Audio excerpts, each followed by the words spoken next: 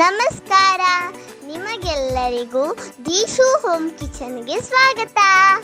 ಇವತ್ತು ನಾನು ನಿಮ್ಮ ಜೊತೆ ಕಾನೆ ಮೀನಿನ ಪುಳಿಮುಂಚಿ ರೆಸಿಪಿಯನ್ನು ಶೇರ್ ಮಾಡ್ತಾ ಇದ್ದೀನಿ. ಕಾನೆ ಮೀನಿನ ಪುಳಿಮುಂಚಿ ತುಂಬಾ ರುಚಿಯಾಗಿರುತ್ತೆ. ನೀವು ಒಮ್ಮೆ ಟ್ರೈ ಮಾಡಿ. ನಾವೀಗ ಪುಳಿಮುಂಚಿ ರೆಸಿಪಿನ ಸ್ಟಾರ್ಟ್ ಮಾಡೋಣ. ಇಲ್ಲಿ 1.5 kg ಕಾನೆ ಮೀನನ್ನು ಕ್ಲೀನ್ ಮಾಡಿ 2 ಪೀಸ್ಗಳಾಗಿ ಕಟ್ ಮಾಡಿ ಇಟ್ಕೊಳ್ಳಿ.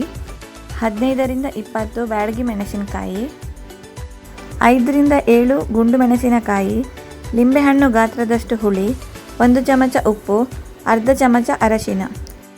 ಇವನ್ನೆಲ್ಲ ಈಗ ಮಿಕ್ಸಿ ಜಾರಿಗೆ ಹಾಕಿ ಸ್ವಲ್ಪ ನೀರು ಹಾಕಿ ರುಬ್ಬಿಕೊಳ್ಳಿ.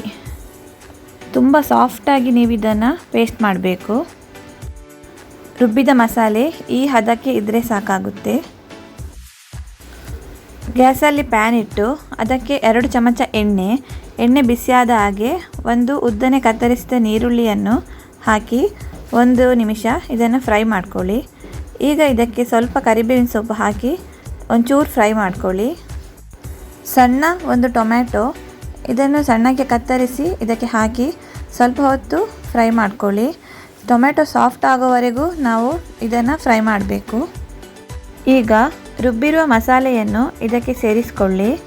ಅದೇ ಮಿಕ್ಸಿ ಜಾರಿಗೆ ಸ್ವಲ್ಪ ನೀರು ಹಾಕಿ ಇದಕ್ಕೆ ಸೇರಿಸ್ಕೊಳ್ಳಿ. ನಿಮಗೆ ಎಷ್ಟು ದಪ್ಪ ತೆಳು ಬೇಕು ನೋಡಿ ಅಷ್ಟು ನೀವು ನೀರನ್ನು ಉಪಯೋಗಿಸ್ಕೊಂಡು ಮಸಾಲೆನ ರೆಡಿ ಮಾಡಿ. ಜಾಸ್ತಿ ನೀರು ಹಾಕೋಕ್ಕೆ ಹೋಗಬೇಡಿ. ಈಗ ಇದನ್ನು ಒಮ್ಮೆ ಚೆನ್ನಾಗಿ ಮಿಕ್ಸ್ ಮಾಡಿ ಕುದಿಯಲು ಬಿಡಿ. ಸ್ವಲ್ಪ ಕುದಿ ಬಂದ ನಂತರ ಒಂದು ಸಲ ಇದರ ಟೇಸ್ಟ್ ನೋಡಿಕೊಂಡು ಉಪ್ಪು ಬೇಕಿದ್ರೆ ಸೇರಿಸ್ಕೊಳ್ಳಿ. ಆಮೇಲೆ ಇದನ್ನು ಚೆನ್ನಾಗಿ ಮಿಕ್ಸ್ ಮಾಡಿ 5 ನಿಮಿಷ ಚೆನ್ನಾಗಿ ಕುದಿಯಲು ಬಿಡಿ.